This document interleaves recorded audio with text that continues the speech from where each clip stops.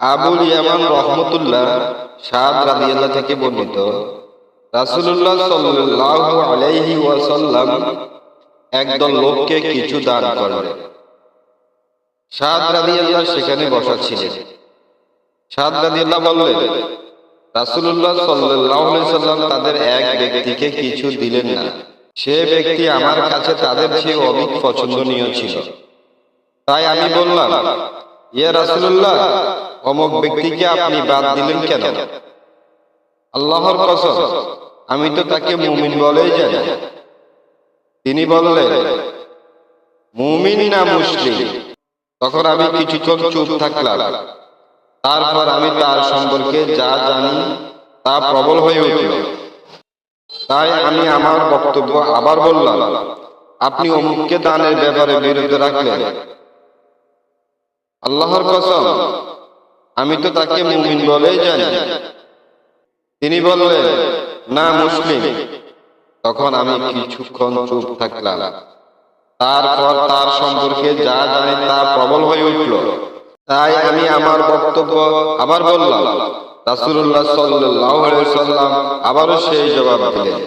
তারপর বললেন, সাদ, আমি কখনো ব্যক্তি বিশেষকে দান করি, অথচ অন্য লোক আমার কাছে তার চাইতে বেশি প্রিয়।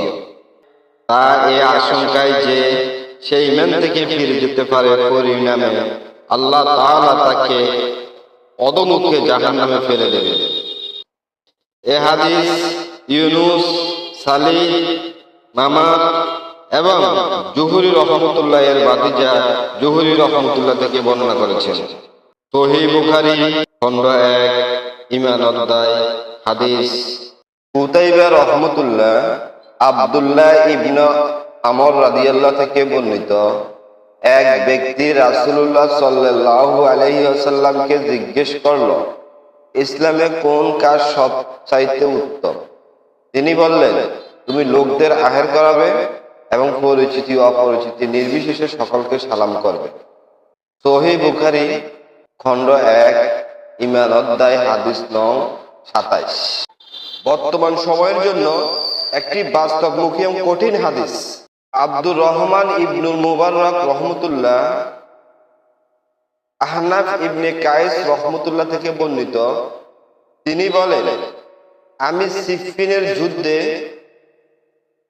এই ব্যক্তিকে, আলী রাদিয়াল্লাহুকে উদ্দেশ্য করে বলছেন, সাহায্য করতে যাচ্ছিলাম। আবু বকর রাদিয়াল্লাহু এর সাথে আমার সাক্ষাৎ হলে তিনি বলেন, তুমি কোথায় যাচ্ছ? আমি বললাম, আমি ওই ব্যক্তিকে সাহায্য করতে যাচ্ছি। তিনি বললেন, ফিরে যাও, কারণ আমি রাসূলুল্লাহ সাল্লাল্লাহু আলাইহি সাল্লামকে বলতে শুনেছি যে দুজন মুসলমান তাদের তরবারি নিয়ে মুখোমুখি হলে হত্যাকারী এবং নিহত ব্যক্তি উভয় জাহান্নামে যাবে। আমি বললাম, ইয়া রাসূলুল্লাহ, এ হত্যাকারী তো অপরাধী, কিন্তু নিহত ব্যক্তি কি অপরাধ? তিনি বললেন, নিশ্চয় সে তার সঙ্গীকে হত্যা করার জন্য উদ্গ্রীব ছিল। সহিহ বুখারী খণ্ড 1 ঈমান অধ্যায় হাদিস নং 29।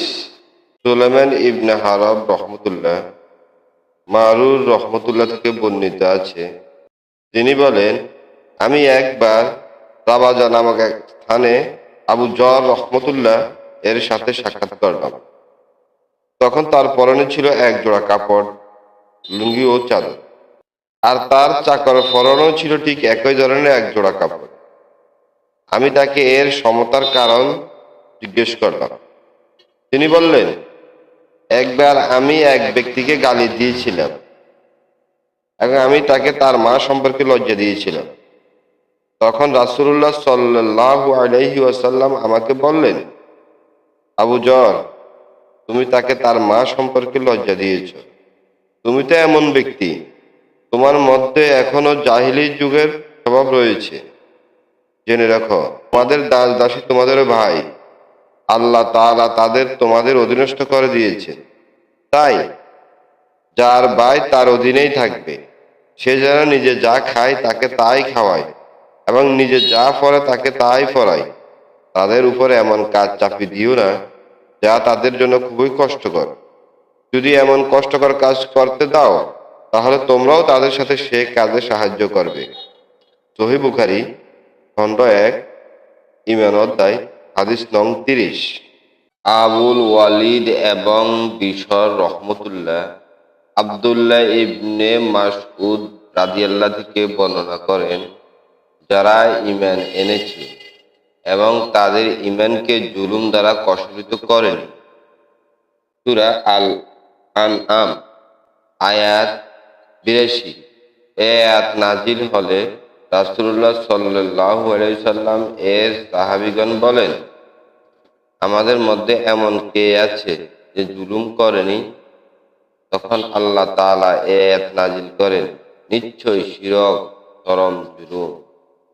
কাবিসা ইবনে উকবা রহমতুল্লাহ আব্দুল্লাহ ইবনে আমর রাদিয়াল্লাহু থেকে বর্ণিত, নবী করিম সাল্লাল্লাহু আলাইহি সাল্লাম বলেন, 4টি স্বভাব যার মধ্যে থাকে সে হবে খাঁটি মুনাফিক।